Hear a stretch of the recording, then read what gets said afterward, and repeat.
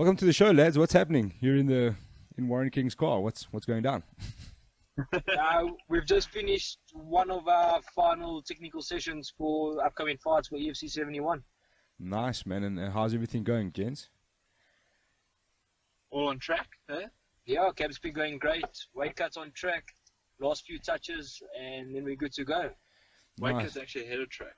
Ahead of track, yeah. Had a nice Andiccio pizza there by your digs there in Ilova. Fantastic, bro. That's fantastic. So, always a pleasure when you can have a pizza so early to the fight. Eh? Yeah, it was a cauliflower pizza, I'll admit that much. But, Are you venting, bro? Nothing. Nice. And bit of a quick turnaround. How's that working out for you guys? Is it something you prefer, or is it a bit taxing on the body, or how's that all working out?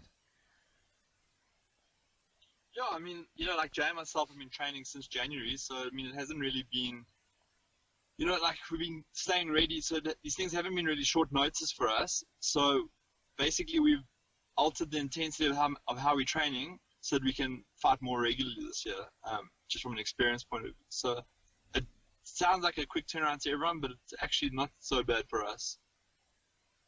Okay, and what I just want to focus on a bit with you guys is the gym itself, Fight Evolution. Whose brainchild is this, and how did it all come about? Obviously, you guys are what I refer to as a very young fight team, trying to make inroads. You guys are leading from the front, being active, fighting, competing. Sometimes it seems against the odds, but you guys are leading from the front for your team. And just discuss how the gym came about, how your guys' relationship came about as a coaching duo and as a fighting duo, and what that's like. Well, basically, the inception of Fight Evolution was an opportunity that just came across from Grant Olaf, that was the previous owner of all the Warriors. Sure. Our coaching and training relationship doesn't start here. It goes back 6 years. And basically, we a group of guys that loves what we do, and we just want to have as much fun doing what we love. 100%, man. Yeah, And so yeah, sure, go for it. Jay and myself, we started training together, like 5 years ago now, hey? Yeah, So I used to be the jiu-jitsu. At that stage, I was the jiu-jitsu coach at all the Warriors, and then later became the head coach for the MMA team there. But we had quite a strong coaching complement that side between Rory Diesel, Ashley Calvert, myself, and we had some strong boxing coaches that used to come in, and as well as Lennon Raj Kapoor was also part of that team. So we had a long history of training and coaching together. And when Jay actually opened the gym, I didn't actually even live in Joburg, I lived in Durban. And then things just kind of worked out well. I moved back to Joburg to be with my family, and then this was the first stop on the way back. So yeah, it's been a long road. We've probably done about 50 or 60 walks together between cornering people and cornering each other. So yeah. Jeez, that's a lot of fights, man. That's really, really awesome.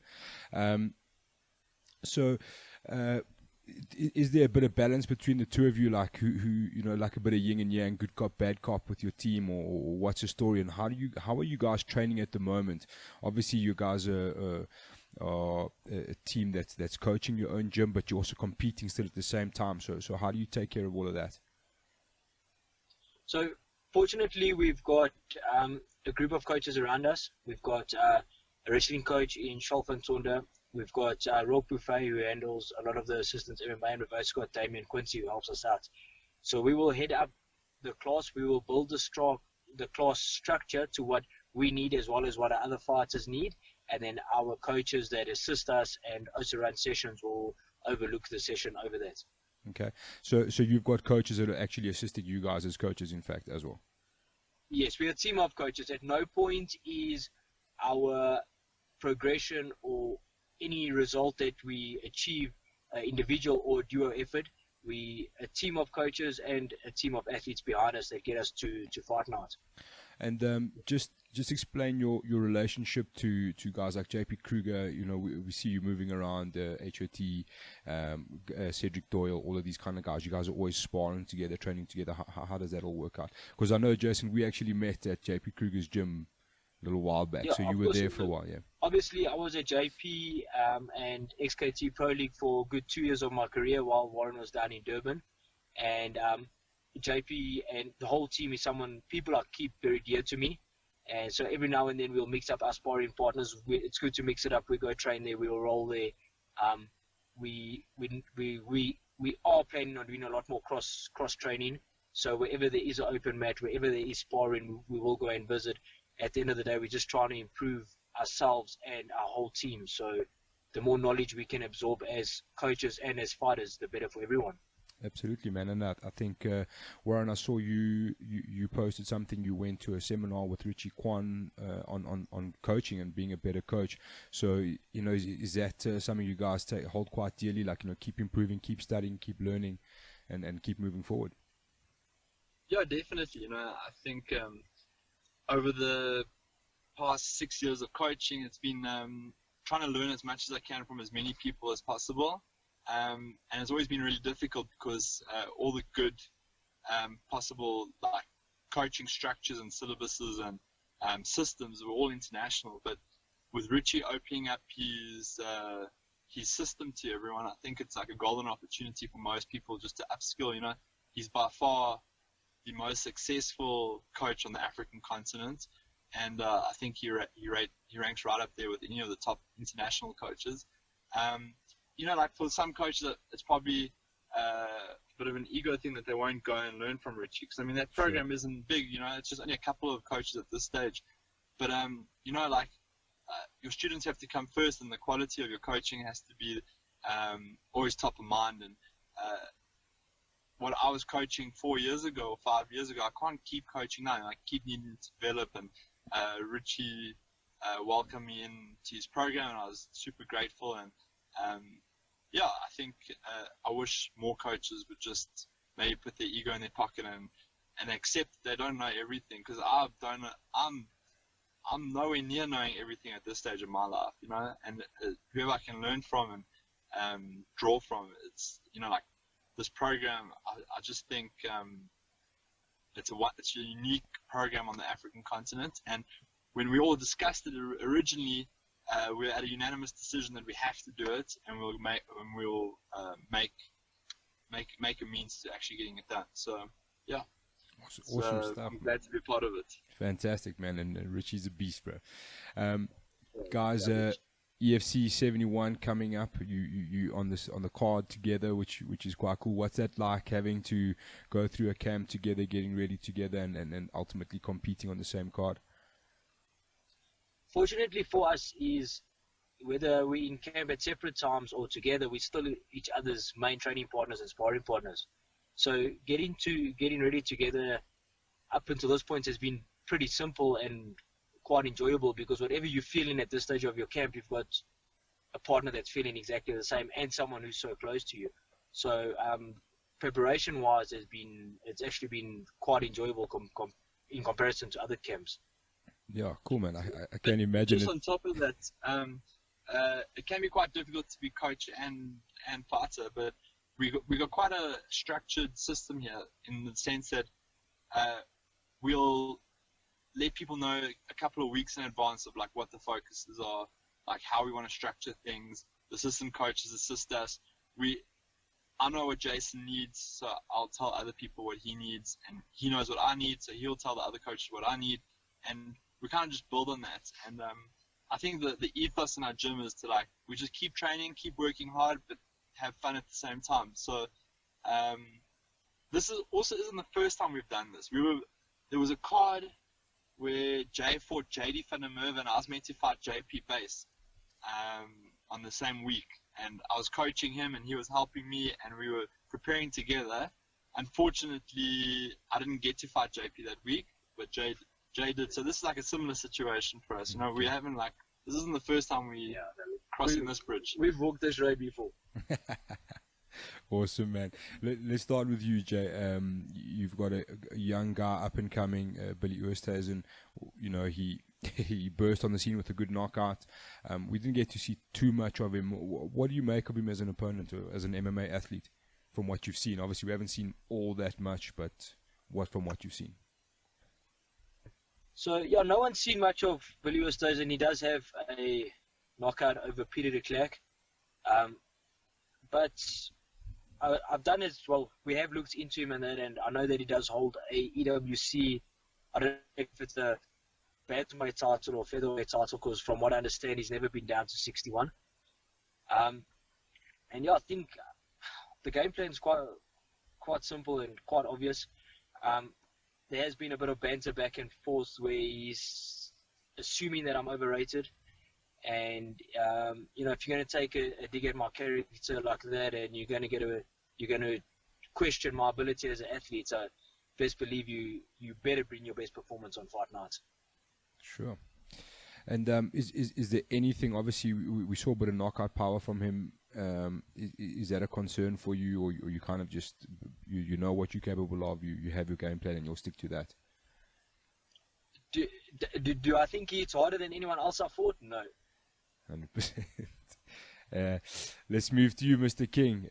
You got also a guy on the rise. I mean, you guys, it's 4 fighters really on the rise. TC Kusu.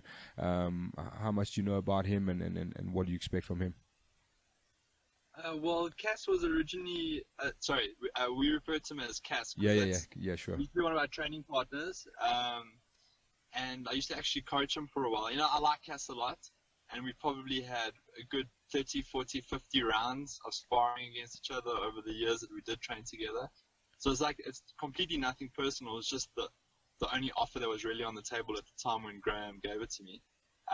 But I don't feel like I need to fight with animosity to have a good performance. So, he's a skilled opponent, and I'm looking forward to going up against him on Saturday, and then for us to get back to regular friendly ways afterwards.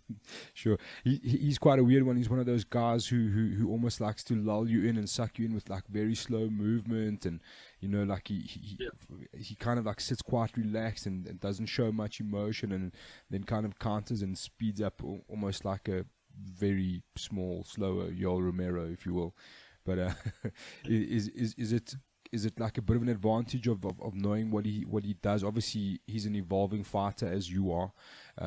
He would have changed probably since the last time you guys really sparred. But do you have a bit of an advantage knowing and having a bit of coaching background with him? Yeah, a little bit. There's a lot of like habits that Cass has at the moment that he still had when we used to train together. But at the same time, a fight's dynamic. Fighters are perpetual beings that are always evolving and so forth. So my focus is always to do what I do best. So I mean, it's no secret I'm going to try and take him down and end it on the ground. But I think we just have to play it by ear when we get in there. We've got a game plan, and we kind of know what we want to work on, specific movements and structures that he has. But I think it's all fair and well planning. But when you get in there, your reaction time and everything needs to be on point. So, I'm not feeling that I know the complete answer to him, because, as you said, it's been a while since we've trained together. But I'm going to go in there and just focus on what I do well, and try and counter what he does well. 100%. The question I want to ask you guys, Jay, you mentioned about Billy questioning your, perhaps saying overrated as an athlete. You both guys have suffered a loss in your last fight, weird circumstances and such. Are you two guys, young guys in a young fight team with your backs against the wall trying to make things right, or you just two guys that are just doing what you love and trying to lead from the front? No, it's quite simple. One day we're going to look back, and a fight career is very short-lived. We're not going to be doing this when we're 45, 50 years old. Sure. So every opportunity that's thrown us, we're going to grab it. And the circumstances can be against us, they can be with us, or we can outthink it and fight twice a year, or we can just have fun doing it. And Graham knows if he picks up the phone and he phones us, he knows he's going to get a positive answer. And if it's not from myself, it will be from Warren, and vice versa. We will always be available. We're a phone call away. I think it's not even that we feel we've got points to prove or anything. We just want to have fun and enjoy what we're doing. 100%. Just from my side, I had a very short amateur career. Short in terms of number of fights, long in terms of time spent. I think I spent 6 years competing as an amateur, and only fought 3 times in that period, So I'm kind of rewriting that career in trying to get as much experience as I can now.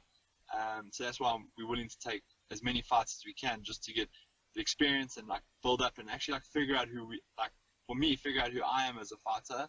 And then once I feel like I'm at a point that I've gained enough experience to then like start making more of a concerted effort about picking what type of fights I want to have and so forth. But basically I feel like I did myself an injustice as an amateur by not fighting more regularly. I also don't think the system really allowed me to fight more regularly. Every person that I ever got thrown was someone just about to go to the EFC, you know? And so, yeah, I'm kind of rewriting my amateur career as a pro, if that makes any sense. 100%. Jay, back to you. Just lastly, what would you have as a last message for your opponent, Billy Oosthuizen? I just hope that he's bringing the fire that he's shown on, the open workouts on Saturday. I personally saw a lot of holes that's without even my team looking at him. And I hope that he lives up to the hype that he's putting out. And I really hope that after this, if he had any sort of question of the fights or athletes I am, that I'll answer it for him. And the same question to you there, Warren. Just repeat it again. And what would be your last message to your opponent, Cass, as you guys are calling him? I just hope Cass pitches up on weight. I don't want there to be like any this is going to be my 6th fight, and I got a inkling that he's not going to be making weight on Friday. I just hope he pitches up and makes weight, because this will be my 6th fight and 4th opponent to miss weight. So I mean, I'd really love to fight someone that is the same size as me, at least for 5 seconds. And the last one, there was quite a big weight difference. Well, I stepped into the hexagon at 69 kilograms, and I can promise you now, August was somewhere north of 80. Had to have been. But it's fine. It's fine. I wouldn't change anything. I would have still, if you told me that now, I would have still taken the fight. It was an experience, and I learned some valuable lessons. And I don't like losing. I hate losing. But it's just one of those things. You learn and move along. 100%, man. That was a bit of a crazy ordeal with August, man, and let's hope that he really makes weight. How frustrating is that for you as an athlete who's spent all this time getting ready for a fight mentally, physically, and being on weight is such a big part of it, and then someone misses it so vastly? Well, missing weight is straight up cheating. I mean, we sign a contract that we agree we're going to be a specific weight at the same time for weigh-ins.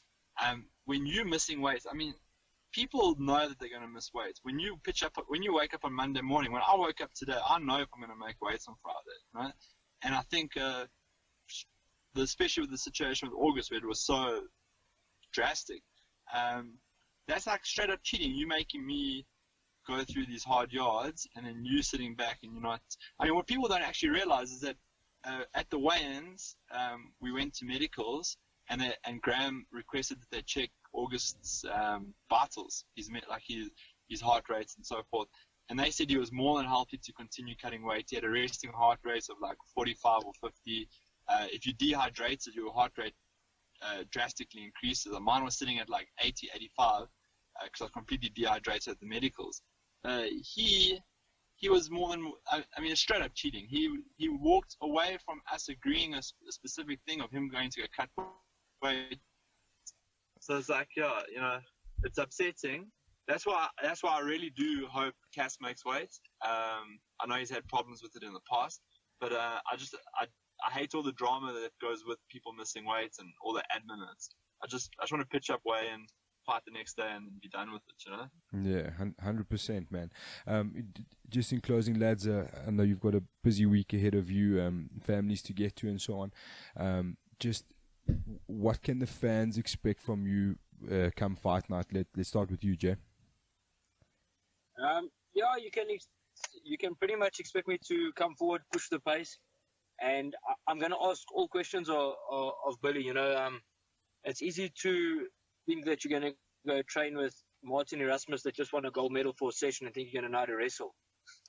It's easy to go all over, take whatever you can from any gyms, and think that you're bound to be world champ.